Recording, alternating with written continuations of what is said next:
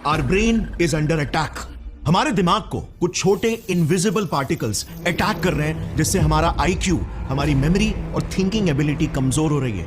क्या आपको भी कभी ब्रेन फॉग जैसा महसूस होता है, या फिर स्लो थिंकिंग, या फिर ऐसा लगता है जैसे चीजें ठीक से याद ही नहीं रहती? वेल, इसके पीछे यही पार्टिकल्स हो सकते हैं, और अगर इन्हें नहीं रोका गया तो सीरियस ब्रेन डैमेज तक ये कॉज कर सकते हैं। और नहीं, मैं एयर पोल्यूशन की बात नहीं कर रहा हूं, ये उससे भी कहीं ज्यादा पहुंचा हुआ साइलेंट किलर है।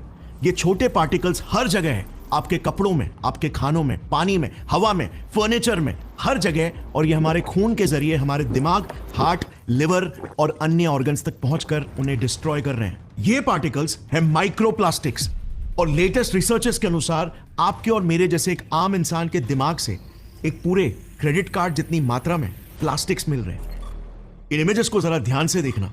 ये एक रियल इंसानी दिमाग के सेल्स यानी कि न्यूरॉन्स की जूम्ड इन तस्वीरें हैं। 25 माइक्रोमीटर्स, 5 और 2 micrometre zoomed in. Just for context, एक बाल की चौड़ाई 75 माइक्रोमीटर्स होती है।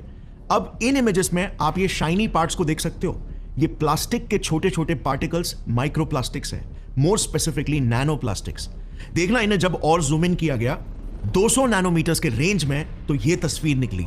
ये नुकीले, धार धार से दिखने वाले 200 नैनोमीटर से भी छोटे प्लास्टिक के टुकड़े नैनोप्लास्टिक्स हैं, जो हर एक इंसान के दिमाग के सेल्स में भरे हुए मिले। माइक्रोप्लास्टिक्स बेसिकली प्लास्टिक के वो टुकड़े हैं जिनका साइज 1 माइक्रोमीटर से 5000 माइक्रोमीटर तक का होता है।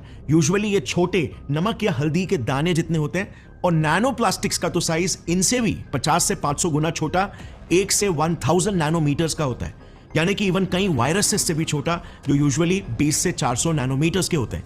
और इसीलिए ये ब्लड ब्रेन बैरियर को इजीली क्रॉस करके आपके दिमाग में पहुंच जाते हैं।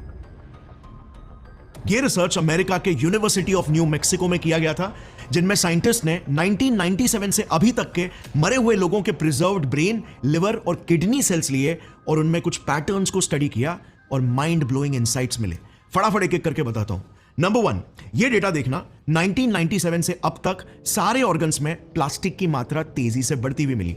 नंबर 2, जैसे आप देख सकते हो, प्लास्टिक के अंश हमारे दिमाग में सबसे ज्यादा इकट्ठा होते हैं, और किसी भी ऑर्गन के मुकाबले 8 से 10 गुना ज्यादा।